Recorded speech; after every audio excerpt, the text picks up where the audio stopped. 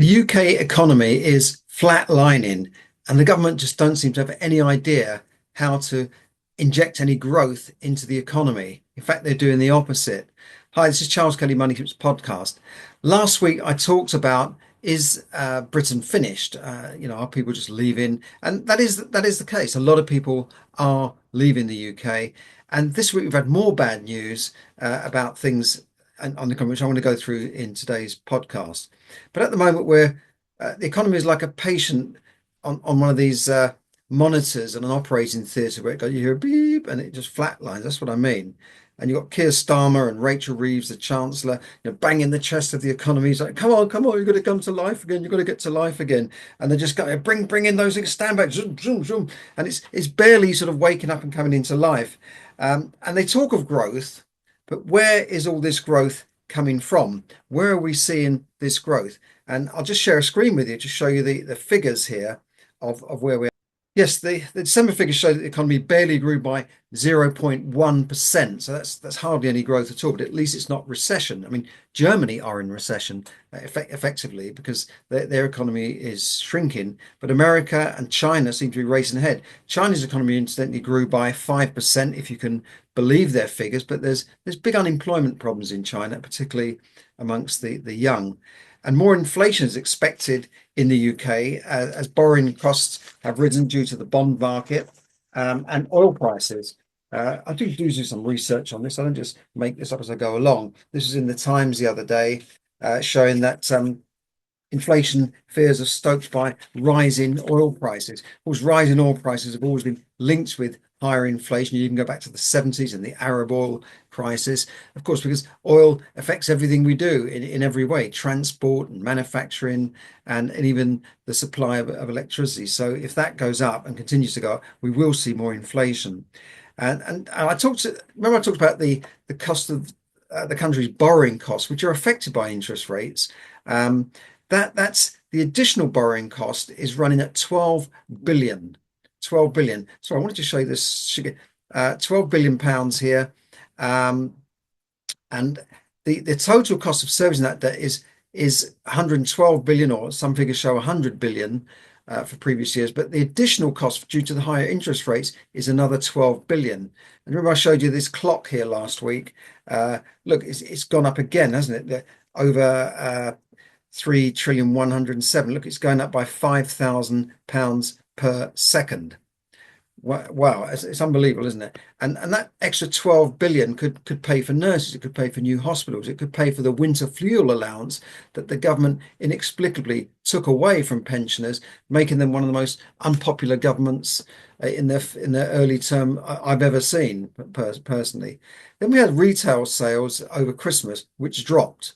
I mean, have you ever heard of resale sales dropping over Christmas, which is supposed to be the busiest time of year for the shops? And that's not a good sign. It means that people are, holding back, aren't they? They're just holding back and not spending because they're nervous. Same thing in other countries. Same thing in China. China have put stimulus into the economy to try and make it grow. They've got things like you can trade in your old electrical appliances to buy a new one and this sort of thing to get people to spend because people are nervous and they're not confident in the economy and the government. So we could see higher interest rates and higher costs. And at the time when the Bank of England should be cutting rates, we could see these higher costs. And I'm going to show you how that could affect your mortgage in a second. But basically, the market has lost confidence in Rachel Reeves. She's out of her depth. Reminds me of a person that plays a good game in a job interview. So, oh, sounds great. Yeah, that person sounds really good. And then when they get into the job, they're not so good at all. I've had people like that turn up in my companies. And they've got off to the worst start of any government I've seen. They're pursuing these ridiculous and ludicrous net zero policies, which are all costing us money. They talk about generating all our electricity from wind farms. Yes, when the wind's blowing, that's fine. But the other thing is that these farms are heavily subsidized. If you look at your electricity bill, you'll see that we're paying an additional levy for green energy. We're all paying for this. And our bills don't seem to go down, even though they say, well, half the electricity last month was generated from wind farms or from solar farms. But when you look at your bill, it's still high. And I had to show you this because it's just funny that Um, these sort of people in Oxfordshire who are the liberal minded, let's go green and this sort of thing. But when it comes to building a solar farm in their backyard, they don't want it. They're all protesting there. They don't want a solar farm in their backyard. Yeah, put it up north. Yeah, not in Oxfordshire. No, no, no. We're the NIMBYs down here. And this is what Labour's going to find if they relax planning rules. They're going to have a lot of protests from NIMBYs and a lot of court cases to deal with. Um, then the government have given away this Chagos Islands to Mauritius. And you may have seen this story. It might not seem a big deal for you, but we're giving away some islands to Mauritius, which are 1,300 miles away from Mauritius. Now, these islands, many people have never heard of them, but they contain an American base. I've forgotten it now, but there's an American base there, an air base and a shipping base where Americans have been there for years. And this base is very important to the strategic defense of that area. So why are they giving it away to Mauritius? I just don't get it. It almost seems like it's handing it to China because Mauritius are very close with China. But then you read that they're giving the islands back, not back to Mauritius. Mauritius never had them. The Chagos people don't want Mauritius. They're giving these islands to Mauritius and then leasing it back in order to keep the base there for the next 99 years or whatever. But it's going to cost £9 billion. And that's £9 billion just going out. We didn't vote for that. And I've heard of sale and leaseback where you might have a big company that owns a building in the city, and to raise funds they sell the building to a bank and then lease it back from that bank. That's a sale and leaseback arrangement. But I've never heard of a give away and lease back. You give something away and then pay to use it. I mean, if they were going to give it away, they could say, "Well, give it away and we'll." But on the proviso that we keep the base here for the next 100 years. But no, I just don't get how people like David Lammy negotiate at all. So this could be remembered as like the Gordon Brown moment of Rachel Reeves and Keir Starmer.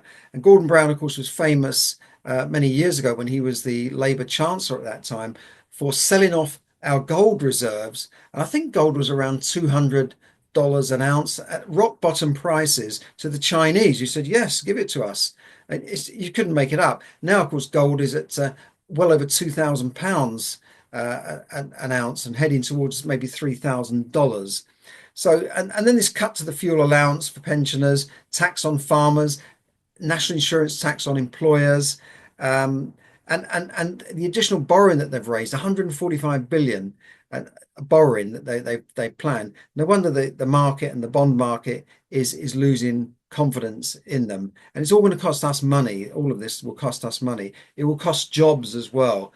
Lots of jobs are going in the city, and it's not going to encourage employers to employ people, is it? And certainly it won't encourage them to grow their staff when the jobs are going to be going. And I read another report here, BP, which I can't find now. BP are cutting 5,000, almost 5,000 jobs across the world, but this is due to these green policies. They can't cope with it.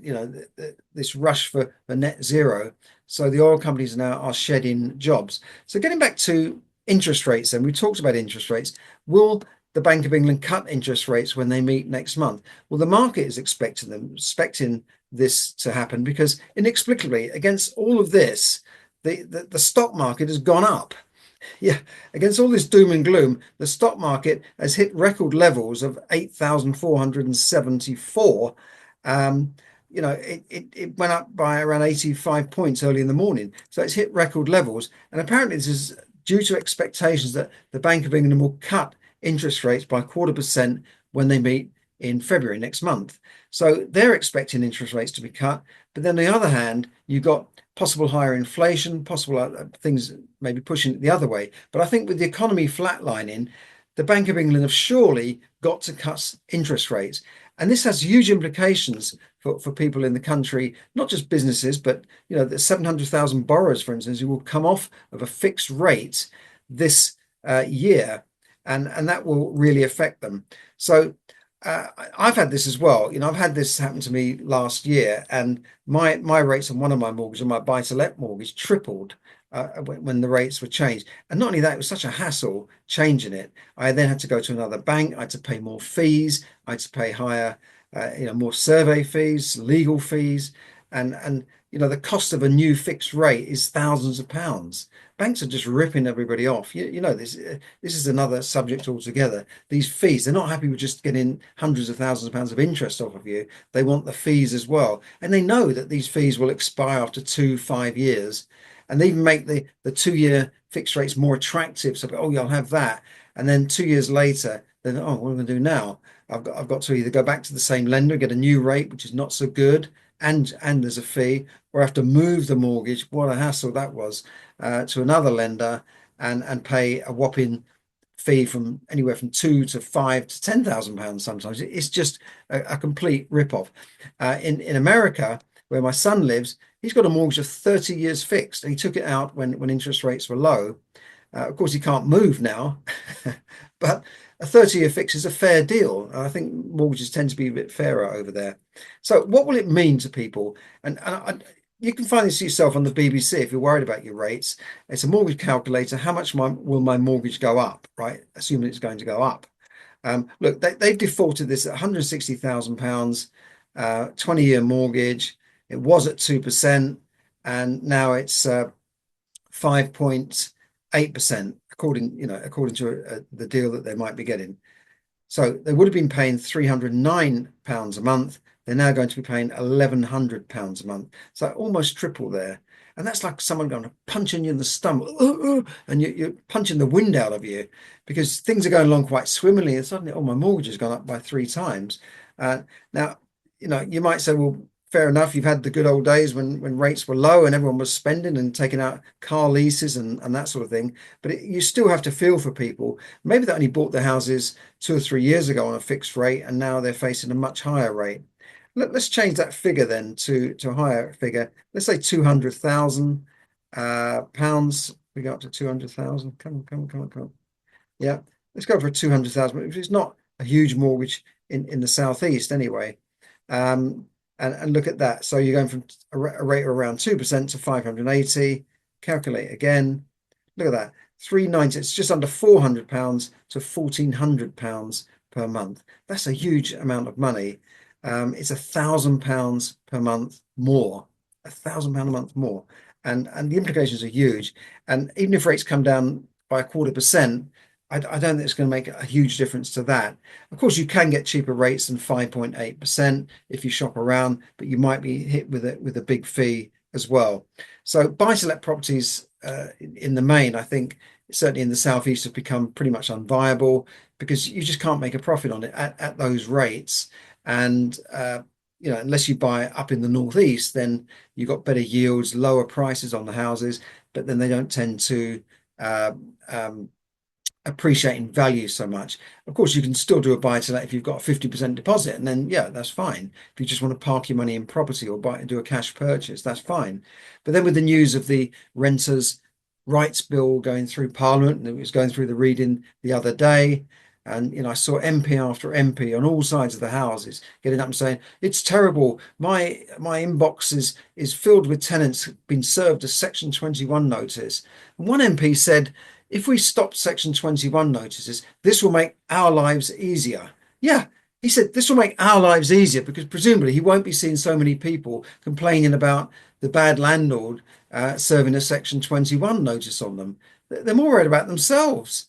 And one or two MPs stood up and said this is going to kill the private buy-to-let market. And this is things like, you might have to accept a pet in your house. There's going to be more regulations. You can't get a tenant out very easily. You've got this periodic tenancy where the initial period for a tenant, I think they can stay there for 1 or 2 years, no problem, but they can leave within a month. So if they decide to walk away in a couple of months, what does the landlord do? There might be damage to the property. There might be works to be done. There might be, well, there certainly will be a new agent fee to get another tenant, unless the agent is going to guarantee and give you another tenant under their previous terms. But it's still a loss of rent. There's a void there. There's always things to do when a tenant leaves a property. So this is really bad news, and it's very unfair to landlords. And I'm convinced it will drive a lot of landlords out of the market. or looking for new markets, such as holiday lets, for instance. But then they're talking about that in Parliament as well. They're talking about we've got to restrict holiday lets and we've got to do this and do that, and let's stop business happening in the UK. It's terrible, and this is from all sides of the house, not just blaming Labour on this. Don't forget the Conservatives were bringing in a similar bill before the last election, and it ran out of time and it didn't get put in. That was called the Renters Reform Bill. Now it's Renters Rights Bill. So Labour have souped it up a little bit more in the favour of tenants. But there might be some good news for buyers of houses, maybe not landlords, but buyers of houses, and that is that mortgage rules could be eased to boost loans. Now, we know that after the last financial crisis, the regulators tightened mortgage lending so much, and that's why it's a pain in the neck for me to just remortgage a property with loads of equity. You wouldn't believe the questions they ask. But the government have asked the FCA, now they're asking a Quango here, to come up with ideas to boost growth. Is that the best they can do? They have to ask the likes of the FCA, the bunch of fools there, to come up with ideas to boost growth. And one of the things they said is, oh, we can make scrap the cap on purchases made by contactless cards. So you put a contactless card down, and if it's over £100, you have to put your PIN number in. So they think that boosting growth will be by removing that. What?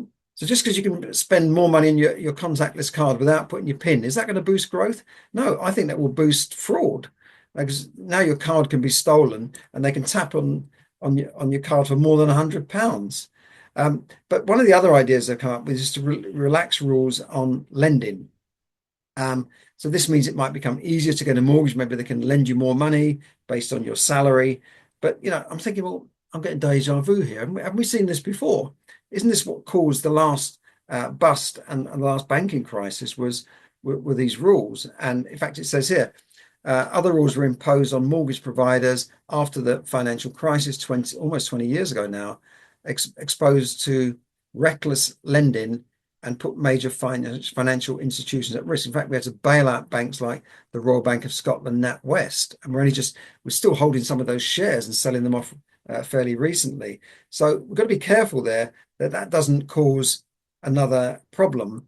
But I would welcome mortgage rules being eased. I would like to see lifelong mortgages, and I would like to see lifelong interest-only mortgages for buyers of homes, and bring back the option to have an interest-only mortgage on your home, with the proviso that you fully understand that you've got to find the money to repay the capital. But I think that would make a huge difference and make it much easier for first-time buyers if they could get a 40-year mortgage, or and it doesn't matter about paying it off later. The rise in equity will pay that off. The inflation will inflate away the value of the mortgage, and in any case, they can always sell the property down the road.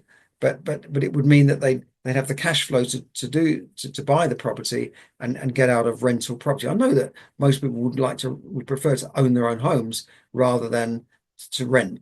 So anything else here to talk about? Yeah, the World Bank is warning now of flatlining due to tariffs. Of course, Donald Trump is threatening tariffs, and countries like Canada have already said, well, they'll have tit for tat tariffs and this sort of thing.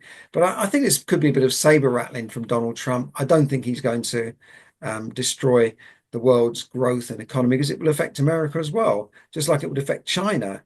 But they're still expecting perhaps inflationary measures. So nobody's expecting the economy around the world to grow by that much in the next year. So we could see a lot of things going on. Here's that story with BP, 4,000 jobs to be cut around that. In fact, it's 4,000 staff plus 3,000 more contractors will lose their jobs. But they have a global workforce of 90,000 people. Probably doesn't help that Labour have cancelled all of the exploration contracts in the North Sea. We're cancelling that. We're not going ahead with fracking. And we're relying on this wind power, but at the same time, we're importing gas from other countries at huge cost. No wonder we are paying bills through the nose. The other thing I wanted to talk about was this relationship with China that Labour seems to be pursuing. And I think we've we've seen things happening with the Chagos Islands, but we also saw Rachel Reeves desert her post a week ago to go and visit China. And she said, "Oh, we got these trade deals and that sort of thing." But a lot of people suspect that she asked China to buy UK bonds to prop up the bond market.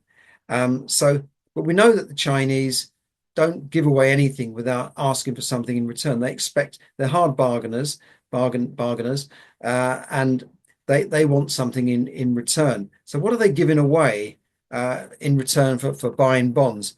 Um, well, one of the things is that David Lammy apparently is expecting to approve a new super embassy for China on the site of a city building called the old Royal Mint. And this apparently will be a much bigger, it's been barely reported in the UK, but it'll be a much bigger embassy. Why do they need a bigger embassy? Why would a country need a bigger embassy? We're just a small part of China's plans in the next few years, I'm sure. And the only reason I can think of it is that they want more people in the UK spying. Sorry, but that's the only thing I can think of. Why would you want hundreds of more diplomats in the UK? That is the only thing I can think of.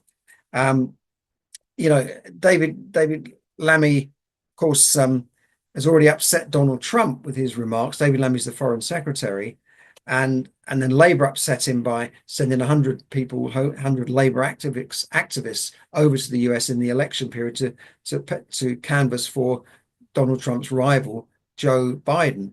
Then we've got this rush to get this deal through with Mauritius. They want to get it through before Donald Trump comes to power on Monday with the inauguration on January 20. And then not to mention this closeness with China. The previous government, by the way, was I think rightly cautious about China. I remember that Huawei contract and the nuclear power contract. It all went wrong because the relationship between the two countries thawed on the back of the fact that Chinese governments were there were cyber attacks, there was a lot of spying. They hacked into the parliament, the parliamentary MPs database. They knew exactly what MPs were writing to each other about. So I don't know what Labour are doing in terms of China. It seems like we're just, all I can say is the lunatics have taken over the asylum in the UK. So I know that's all bad news, but look, what does it mean for you? What can we do to cope on a personal level? Well, if you believe, like the World Bank believes, like a lot of economists believe, that we're entering into choppy waters, stormy times, then maybe now is the time to batten down the hatches and tighten your belts and not go crazy about spending. It's certainly not the time to open up a burger bar with a franchise company in the high street. I've seen another one open up in my local high street this week, and I can't see them lasting because there's burger bars everywhere. It to me, it just seems ludicrous. They open up a place in a place where there was already a fast food outlet, and then they're hoping that they can do something better. What is their USP? It's nothing. They haven't got a USP. They're just another burger bar.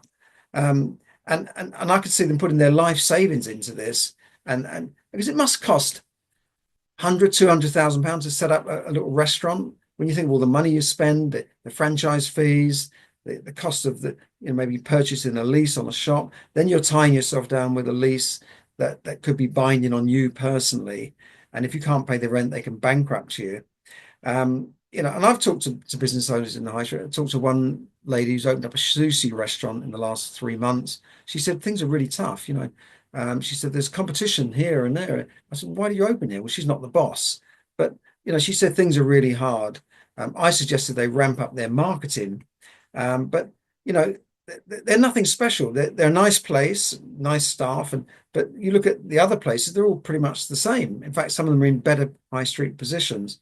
So I've talked to a lot of business owners who are struggling at the moment, put it that way. They're really finding it tough, especially with now these new taxes on employment. I also talked to a lady who opened up two of these bubble tea bars about a year ago, and she lost all her savings. She's broke now from that venture. And she said, "Oh, the shop's still there. It's still got my sign up."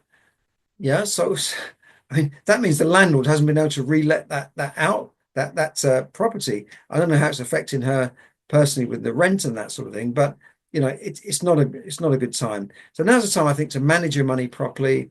It's not a good time to sort of go and lease an 80,000 or 100,000 pound car that I see everywhere in the suburbs. These big SUVs, the Audis, the Range Rovers, the huge things that they can't even drive most of the time.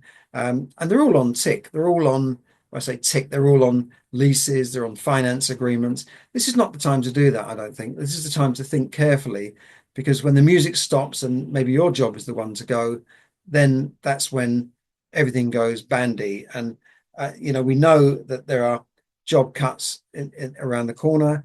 AI is going to see a lot of job cuts. There was I think it was a World Bank report said that 300 million jobs could go from AI. And that's AI replacing a lot of white collar jobs, some blue collar jobs, some driving jobs. The Wall Street and the city have already started shedding staff.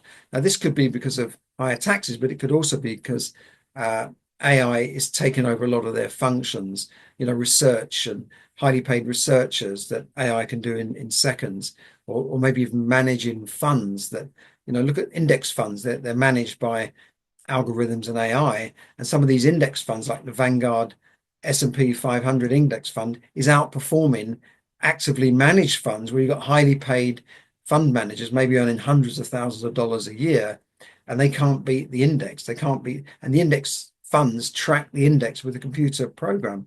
So where is it all going to end? How are we going to replace those jobs? And if that happens, you don't want to be left with a lot of debt. You need 3 to 6 months salary in the bank to cover you in case you lose your job and you have to go searching for jobs or take a lower paid job. So you need these things in place. I talk about this more on my podcast on a Wednesday evening, but I'd say invest wisely as well. Be careful what you invest in. If you're nearing retirement, maybe check with your financial advisor. So where are my funds invested? Is it all in the stock market, or is it in some sheltered part where it won't be affected if the stock market does crash? If you're young, I would definitely learn more about AI. You've got to start learning about AI, cybersecurity. As I said, we've seen employers laying off people. We've got these massive national insurance employer contributions rises, and that's going to affect jobs and maybe will cause redundancy. So where is the growth? Where is the growth? We're going to see contraction, not growth.